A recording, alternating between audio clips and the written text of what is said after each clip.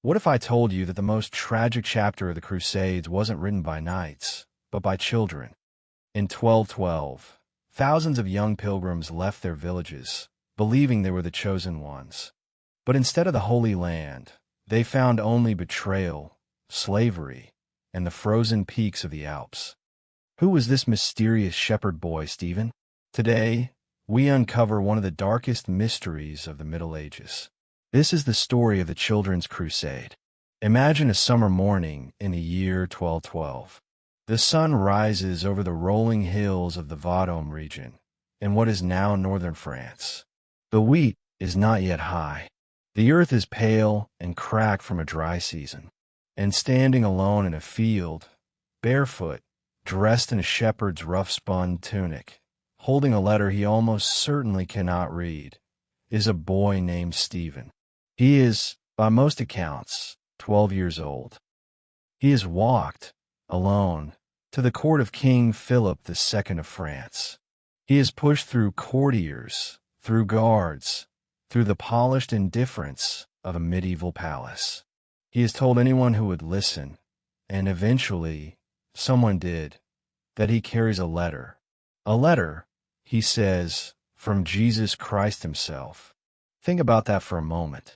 Not from bishop, not from cardinal, not from the Pope in Rome, from Christ, delivered directly to a shepherd boy in a field who, by every measure of his society, should have mattered to no one. The king sent him away, but Stephen does not go home. Instead, he climbs onto a cart near the Abbey of Vendôme, and he preaches. And what comes out of this boy, this illiterate child of the fields, is something that will draw, within weeks, a crowd of tens of thousands. Some accounts say 30,000. Some say 50. The numbers blur at the edges of history, as numbers always do when they describe things too large for record keepers to fully believe. What is not in dispute is this. They came. They came from villages and hamlets and monasteries and farms. Children, mostly. Some young adults. Poor men. Monks of marginal devotion. They came in sandals and bare feet. They came hungry. They came singing. They called it a passagium puerorum, a passage of children. We call it the Children's Crusade. And almost none of them ever came home. To understand why a 12-year-old shepherd could ignite a movement of tens of thousands, you must first understand what the world of 1212 felt like from the inside. And it felt, above all else, like failure. The Crusades, the great Christian military campaigns to recapture Jerusalem from Muslim rule, had been running for over a century by the time Stephen climbed onto his cart. The First Crusade had been a triumph, in a narrow, brutal sense of that word. Jerusalem fell to crusading forces in 1099, and the accounts written by the Crusaders themselves describe the slaughter that followed with a disturbing pride that tells you everything you need to know about the theology of violence in that era. The streets, wrote one chronicler, ran with blood up to the knees of the soldiers' horses. But that was 1099, 113 years before Stephen's field. What had followed was a slow unraveling. The Second Crusade failed. The Third Crusade, the famous campaign of Richard of England and Saladin, ended in a compromise that left Jerusalem in Muslim hands. The Fourth Crusade, launched in 1202, never even reached the Holy Land. It sacked Constantinople instead, a Christian city, which tells you something about how thoroughly the sacred enterprise had been corrupted by the machinery of politics and greed. By 1212, Jerusalem had been under Muslim control for 25 years, and the Church, the institution that had promised, for a century, that God would grant victory to the faithful, was running out of explanations. This is the theological crisis into which Stephen was born. The official explanations were becoming increasingly strained. God had allowed Jerusalem to fall, said the clergy, because the crusading armies were sinful. Because knights and lords and kings were too corrupted by pride, by greed, by politics. Because the wrong people were fighting. And there, in that crack of doubt, a new idea took root. An idea so seductive in its simplicity, so perfectly calibrated to the desperation of the age, that it spread like fire through dry summer wheat. Perhaps, the idea whispered, it was not swords that would reclaim the Holy Land. Perhaps it was innocence. The theological concept of innocentia, purity, childlike faith, freedom from the corruptions of adult sin, was not a new idea in Christian theology. But in the early 13th century, it acquired an almost desperate urgency.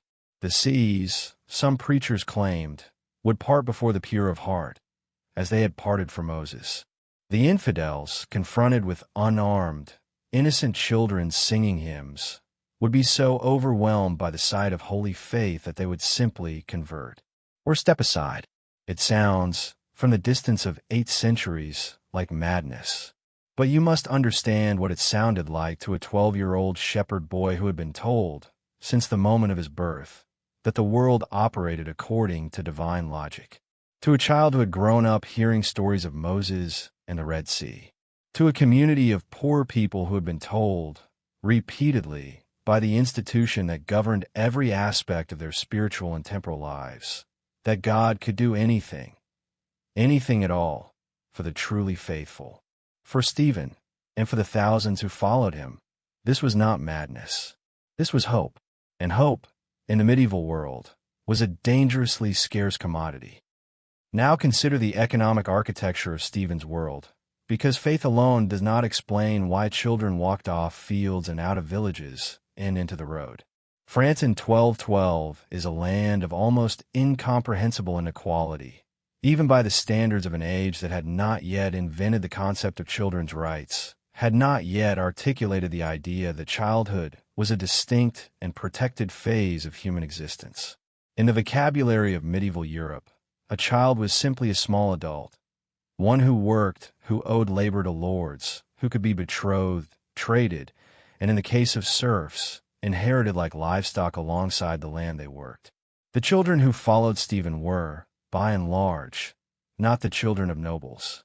They were the children of peasants and minor craftsmen, the children of the margins, boys who had already spent years following sheep across exhausted hillsides, or girls who had worked since they could hold a tool in carding wool by firelight until their fingers cracked and bled. For these children, Stephen's crusade was not merely a religious enterprise. It was the first time anyone had ever told them that they mattered, that God had chosen them, not the knights, not the kings, them. The medieval church was, simultaneously, the most powerful institution in Europe and the most intimate presence in every village. It baptized you at birth, married you in life, and buried you at death. It told you what to eat on Fridays, whom you were permitted to love, and what happened to your soul after the last breath left your body. It spoke with the absolute authority of God himself, and it had told the poor, repeatedly, that their poverty was not an accident of economics or politics, but a reflection of divine order. The meek were blessed. Their suffering had meaning. Their patience would be rewarded. And now, it seemed, their moment had come. They gathered through June and July of 1212. From across northern France, they converged on Vendôme, like tributaries joining a river. Accounts describe them in terms that waver between the awe of witnessing something genuinely extraordinary and the unease of watching something no reasonable adult could sanction. They carried crosses fashioned from sticks and strips of cloth. They wore, many of them, the cross sewn onto their tunics, the Crusader's cross, cut from whatever fabric their families could spare. Red crosses on white crosses on brown. They sang as they walked. Hymns, mostly, but also a refrain that chroniclers recorded in their own Latin and French, something that translates, approximately, to Lord God, restore to us the true cross. A chant, repetitive, rhythmic, the way that sacred words become a kind of walking companion when the road is long and the feet are bare. And the road was very, very long. From Vendôme to Marseille, where Stephen had promised the sea would part for them, is approximately 800 kilometers. For a healthy adult with good shoes, a clear road, and regular provisions, that journey takes several weeks. For a child in sandals, or no shoes at all, carrying a rough-hewn cross, eating whatever charity the villages along the route might provide, sleeping in fields and ditches, and, if they were fortunate, in monastery guest houses. The journey becomes something else entirely. Let us be precise about what these children were walking through, because history has a tendency to smooth the physical reality of suffering into abstraction. The summer of 1212 was hot. The roads of medieval France were not roads in any modern sense. They were tracks of compacted earth, stone where Roman engineering had survived, mud where it had not. Dust in summer, the kind of dust that coats the inside of the throat, that turns the lips white, that makes the act of breathing feel like an insult. Water was not guaranteed. Villages along the route might have wells, but a column of thousands of children arriving without warning was not always a welcome sight to communities that had their own mouths to feed and their own water supplies to protect. Some villages gave generously. Some turned them away. Some, the chronicles suggest, simply locked their gates. Food was whatever could be begged or found. Bread, when it could be gotten. Wild plants along the road. The charity of monasteries, which was real but finite. There was no supply chain, no organizing authority with provisions. This was not an army with a quartermaster. It was a crowd of children walking south, sustained by faith and the generosity of strangers, and both of those resources were unevenly distributed. Disease moves quickly through crowds of malnourished children sleeping in close proximity on summer ground. The chroniclers do not give us detailed medical records. They were not writing epidemiology, they were writing theology, but they note, obliquely, that many fell by the road, that some turned back, that the column that arrived in Marseille was considerably smaller than the column that left Vendôme. Think about what fell by the road means, spoken quietly, in a medieval chronicle. Think about what it means in the body of a child. It means a fever that rises over 3 days in a ditch by a dusty road.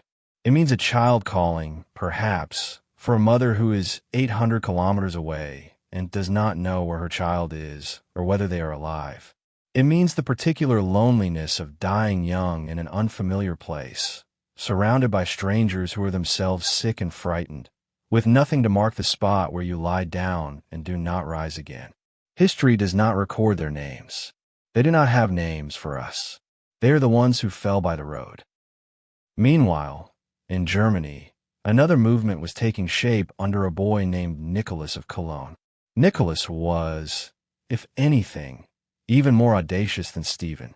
He preached not merely that the seas would part before them, but that the Christian armies of the Holy Roman Empire would join them, and that together, children and soldiers, pure faith and martial power, would recover Jerusalem. He too gathered thousands.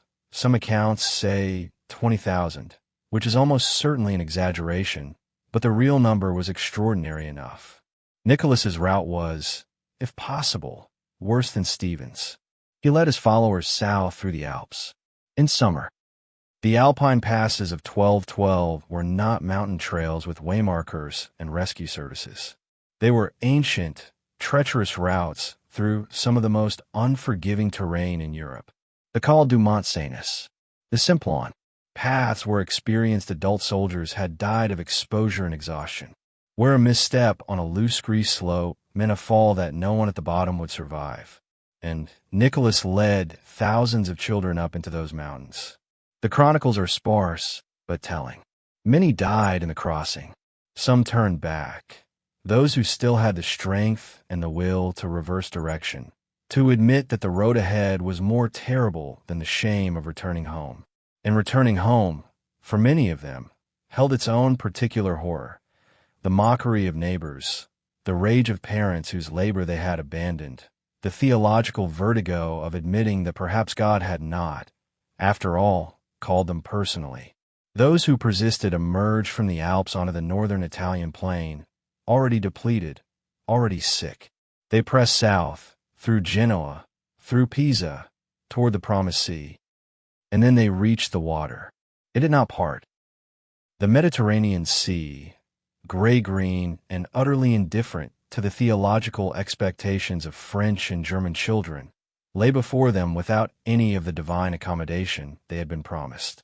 The water was cold. It smelled of salt and commerce, and the mundane reality of a world that operated on physical law rather than miraculous intervention. Stephen stood on the shore at Marseille and prayed. He preached. He called upon God. He waited. The sea did not move. What happened next is, in some ways, the most revealing part of the entire story. Most of the children, cold, exhausted, sick, and confronted with irrefutable evidence that the miraculous passage they had been promised was not coming, simply began to fall apart. Some went home. Some could not. Some had no home left to go to, having been disowned or left behind communities that had already moved on without them. Some stayed on the waterfront, bewildered, waiting for something that never came. But for a portion of Stephen's followers, the story was not yet over. It was about to become much worse. Into the scene at Marseille stepped two men whose names history has, with appropriate darkness, preserved. Hugh Farius, William Porcus. They were merchants, ship owners, men of business who saw, standing on the waterfront of Marseille, not a tragedy in progress, not children in need of protection, but an opportunity. They approached the remaining crusaders with an offer that must have seemed, to exhausted children who had walked 800 kilometers for nothing, like a miracle belated, but finally arrived. They will provide ships, they said. 7 ships, free of charge, for God, for the crusade. They would carry these children to the Holy Land.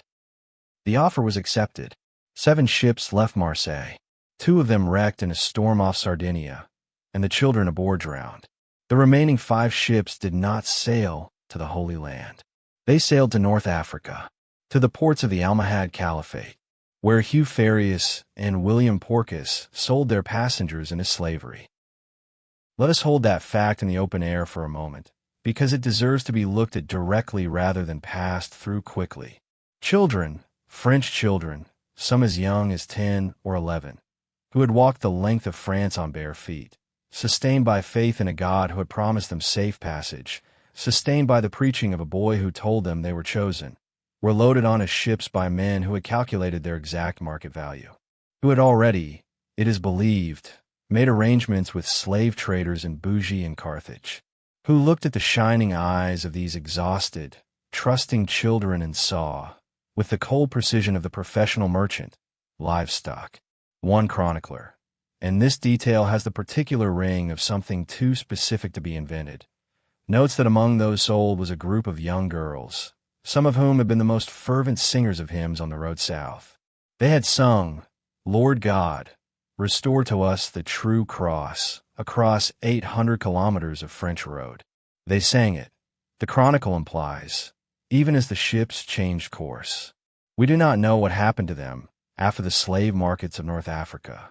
The record ends. History closes like water over a stone. In Germany, Nicholas of Cologne's crusade came to a different, but equally catastrophic end.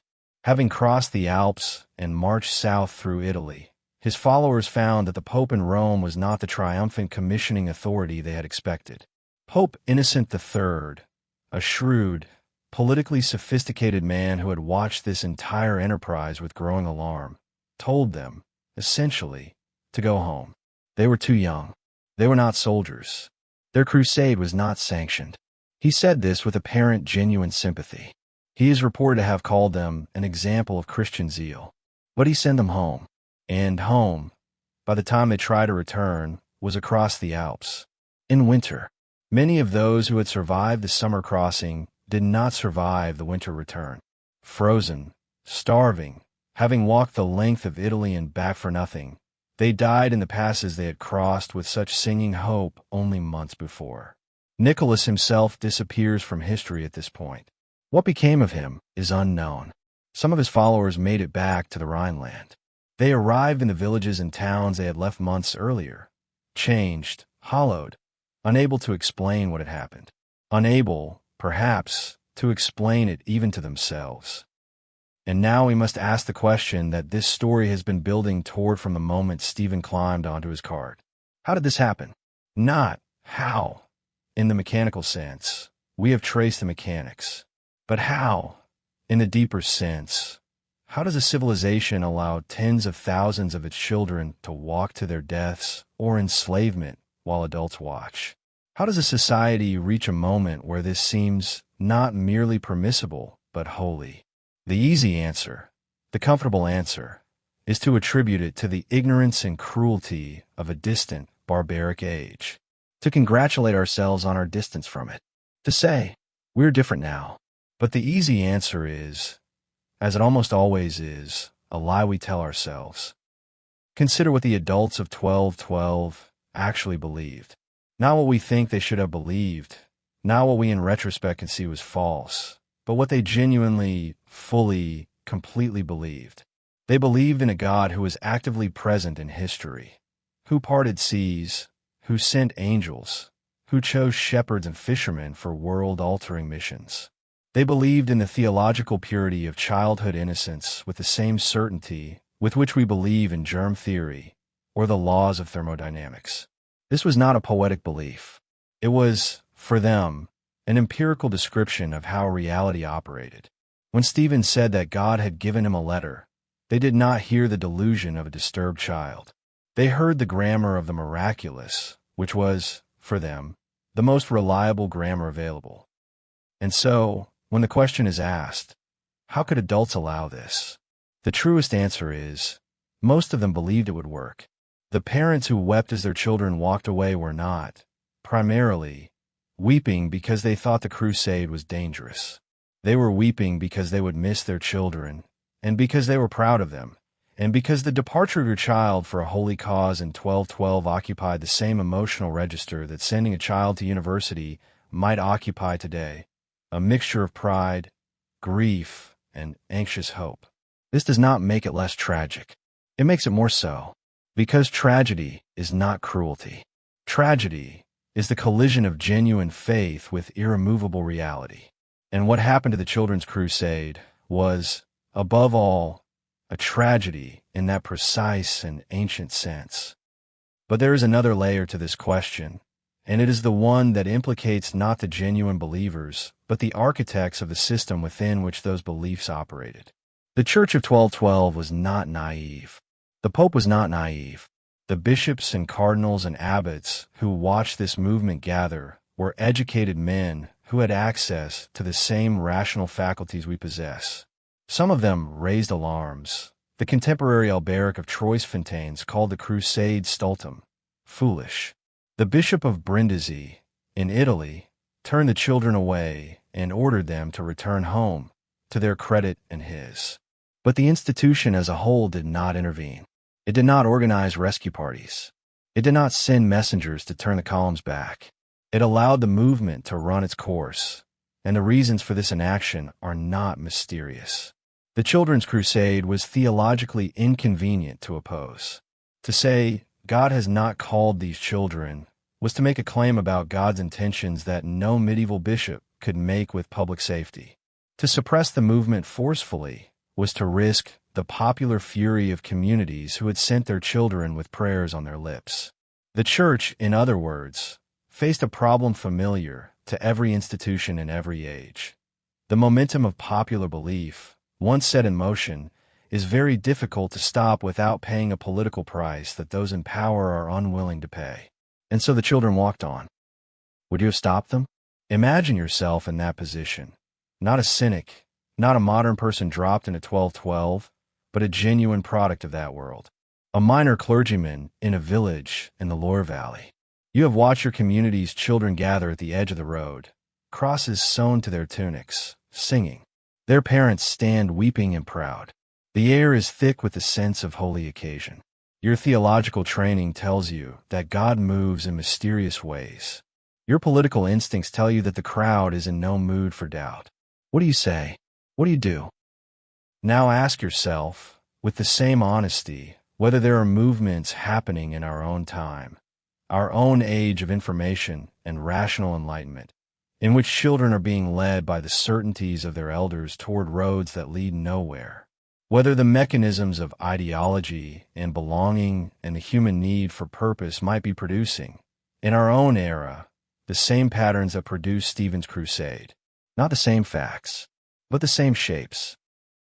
History does not repeat itself, but it does, with merciless consistency, rhyme.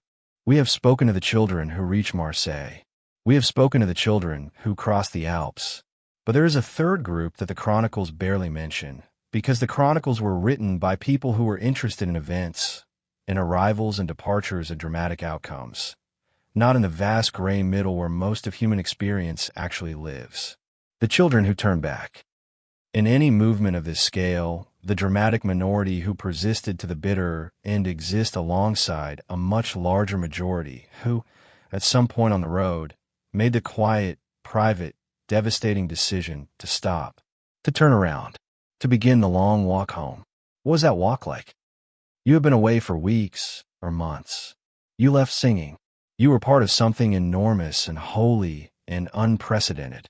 You believed, you genuinely, completely believed that you were chosen, that the sea would part, that God had looked across the whole of France and found you, shepherd child, miller's daughter, cobbler's apprentice, and found you worthy. And now you are walking home, barefoot, thin, possibly sick, certainly ashamed. The community some of them returned to were not, in every case, welcoming. Labor lost was labor lost. In an agricultural economy, operating on margins so narrow that the absence of a child's work for a season could represent a genuine hardship. Some families had already reassigned their children's labor. Some had, in the months of absence, undergone their own catastrophes, illness, crop failure, the death of a parent, that had consumed whatever reserves of compassion they might otherwise have offered. The chronicles record, briefly, that some of the returning children were mocked, that some found the gates of their villages closed to them, that some, having left everything and returned with nothing, found that they had exhausted the credit of belonging. These are the children who haunt me most, if I am honest, not the martyrs and the enslaved, whose tragedies are at least visible, at least recorded, at least acknowledged by the machinery of history, but the ones who simply came home and found that home had moved on without them, who lived out the remainder of their lives in whatever obscurity they had been born to, carrying in the private archive of their bodies the memory of a summer when they walked away from everything because a boy in a field told them God had chosen them. The memory of singing, the memory of dust, the memory of the moment they stood on a beach and the sea did not move. It would be dishonest to proceed without acknowledging that the children's crusade exists, for historians, in a fog of uncertain sources. The contemporary accounts are fragmentary. The chroniclers were not journalists. They were monks and clerks writing for theological and political purposes, and they had no particular interest in the precise enumeration of dead children. Numbers in medieval chronicles are, almost universally, unreliable. The 30,000 who followed Stephen, the 20,000 who followed Nicholas. These are rhetorical gestures toward enormity, not census data. Some historians have argued that the crusade was not, in the strictest sense, a children's crusade at all. The Latin word pueri, used repeatedly in the sources to describe the participants, can mean children, but can also mean the young, or even the common people. Pueri in the sense of the lowborn, the unpropertied, the marginal. Some scholars believe that the movement was primarily composed of poor young adults rather than children in the modern sense of the word. This is a legitimate scholarly debate, and it does not, in my view, substantially alter the tragedy. Because even if we accept the most conservative historical interpretation, that the participants were poor youth rather than young children, we are still left with the same fundamental story. Desperate, poor, religiously fervent people were led by charismatic preachers into a catastrophic enterprise from which they did not return. People who were betrayed by merchants, abandoned by institutions, and failed by every system that should have protected them. The labels we put on their age change the picture only at the edges. The shape of the tragedy remains. What we can say with reasonable confidence is this. Something happened in 1212. Something large enough to be recorded by multiple independent chroniclers in France, Germany, and Italy. Something that involved large numbers of poor people, many of them young, many of them very young, walking toward the Mediterranean in the belief that God had called them to recover the Holy Land, and that this something ended in death, disillusionment, and, for a portion of those involved, enslavement. The rest is, as the medieval chroniclers themselves might have said, in God's hands. But God's hands, in this story, were notably empty. We should return, before the end, to Stephen. What became of him? History, in one of its characteristic cruelties, does not tell us. He disappears from the record after the failure of Marseille. No chronicle records his death. No chronicle records him returning to Cloyes, the village in the Vendôme region where, according to some sources, he had lived before his visitation. He does not appear in court records. He does not appear in monastery records. He does not appear anywhere. He was 12 years old, or thereabouts, when he climbed onto that cart and began to preach.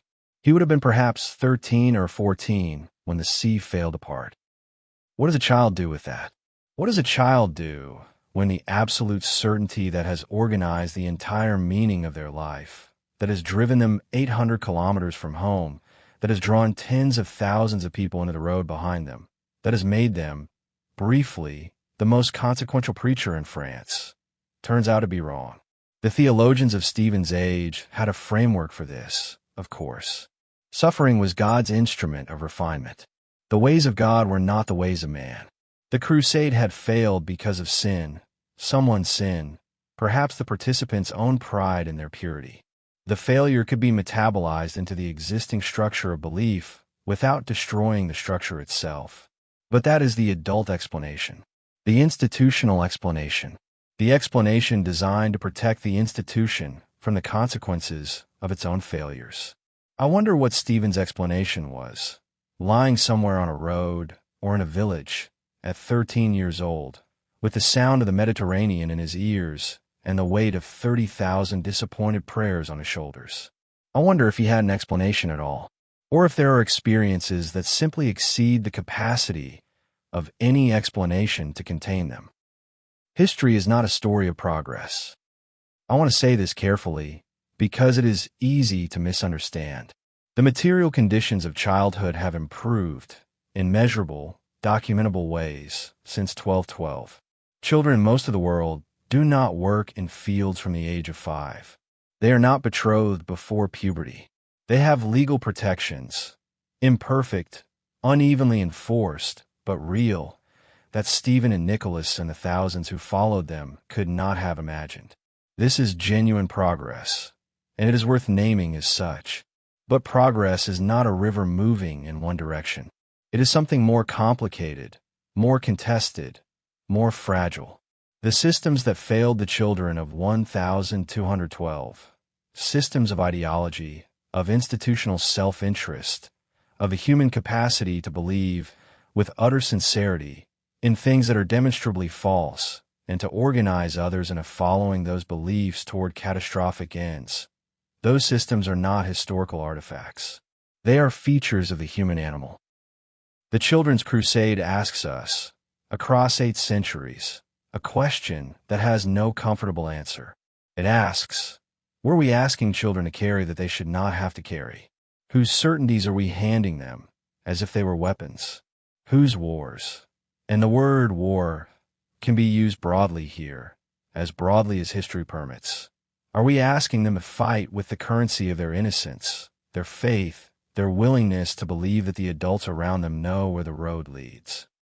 Stephen of Cloyes stood in a field in the summer of 1212 and felt, with the full force of his 12-year-old conviction, that he had been chosen, that God had looked at the whole broken world and found, in a shepherd boy with a letter he could not read, the instrument of its redemption. He was wrong about the letter. He was wrong about the sea. But he was not wrong about one thing. The world was broken. The children could see it. They could see the absurdity and the cruelty and the failure of every adult system that was supposed to make sense of it. And they walked out into the road because walking, even toward the wrong horizon, felt more honest than standing still in a system that had already failed them. There is something in that impulse, something that lives outside the bounds of theology or military strategy or historical judgment, that deserves to be taken seriously. Not celebrated, not romanticized, but taken seriously. They walked because they believed the world could be different. They were used and betrayed, and they died. But they walked. The names of the children who died in the Alpine passes of 1212 are not recorded. The names of the children who drowned off the coast of Sardinia are not recorded. The names of the children sold into slavery in North Africa are not recorded. History did not think they were worth recording. We are recording them now. Not their names. We cannot give them back their names. But this, they existed. They suffered. They hoped. And the least that history owes them is the honesty of looking at what happened to them and asking, without flinching, without comfort, without the protective distance of 8 centuries, how do we allow this? This has been a History's Children deep dive documentary. If this story moved you, share it, because the children we have spoken of today had no voice that history chose to preserve. Yours is the only amplification they have left.